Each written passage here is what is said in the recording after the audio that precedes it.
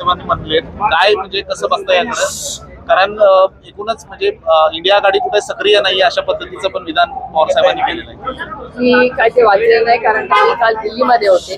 काल दिल्लीमध्ये all party meeting होती आणि ऑल पार्टी मीटिंग नंतर इन्कम टॅक्सचा जो नवीन कायदा येतोय त्याची मीटिंग काल होती. त्याच्यामुळे काल माझा दिवस सगळा हा इन्कम टॅक्सची मीटिंग सिलेक्ट कमिटी होती भारत सरकारची आणि ऑल पार्टी मीटिंग या युद्धाची.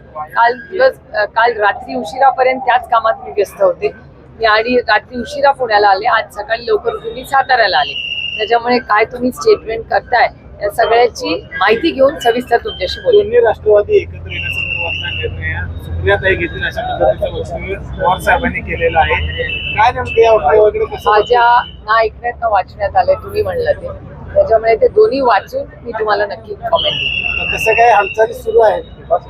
मला याची काहीच माहिती नाही. आता युद्धाची जी परिस्थिती केंद्र सरकार आता जी आपल्याला तुमच्याच चॅनलवर दिसते तो एक भाग, आणि दुसरा भाग मी तुम्हाला म्हणलं तसं इन्कम टॅक्सची सिलेक्ट कमिटी जे नवीन टॅक्सेशनचा कायदा देशात येतोय या दोन्ही कामांसाठी मी दिल्लीला होते. त्याच्यामुळे ह्या घटना ज्या झाल्या आहेत या माझ्या न वाचण्यात आल्या ना मी ऐकलेले आहेत. पण आमच्या काही सहकाऱ्यांचं असं मत आहे की आपण सत्तेबरोबर गेलं पाहिजे असं देखील पवार साहेब म्हटले. जर आदरणीय पवारसाहेब एक गोष्ट बोलले असतील तर त्याच्यानंतर मी कसं त्याच्यावर काय बोलणार. पण तसं काय आहे का? कारण जबाबदारी आपल्या खांद्यावर टाकली.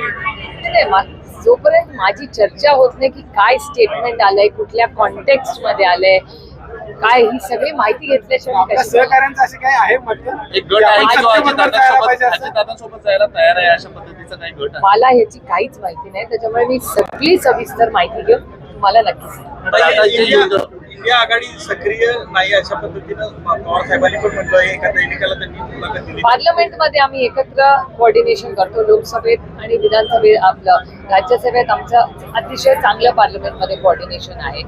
काल ही मीटिंग जेव्हा ऑल पार्टी मीटिंग झाली आम्ही कोऑर्डिनेशन करून काल एकत्र बोललो आणि आम्ही सगळ्यांचा निर्णय काल इंडिया अलायन्सचा होता की अशा वेळीमध्ये आम्हाला कुठलंही राजकारण करायचं नाही.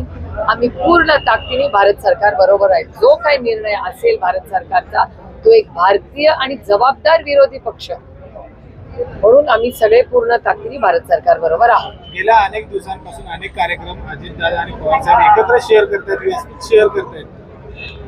कार्यकर्त्यांमध्ये उत्साह आहे की दोन्ही राष्ट्रवादी एकत्र येणार?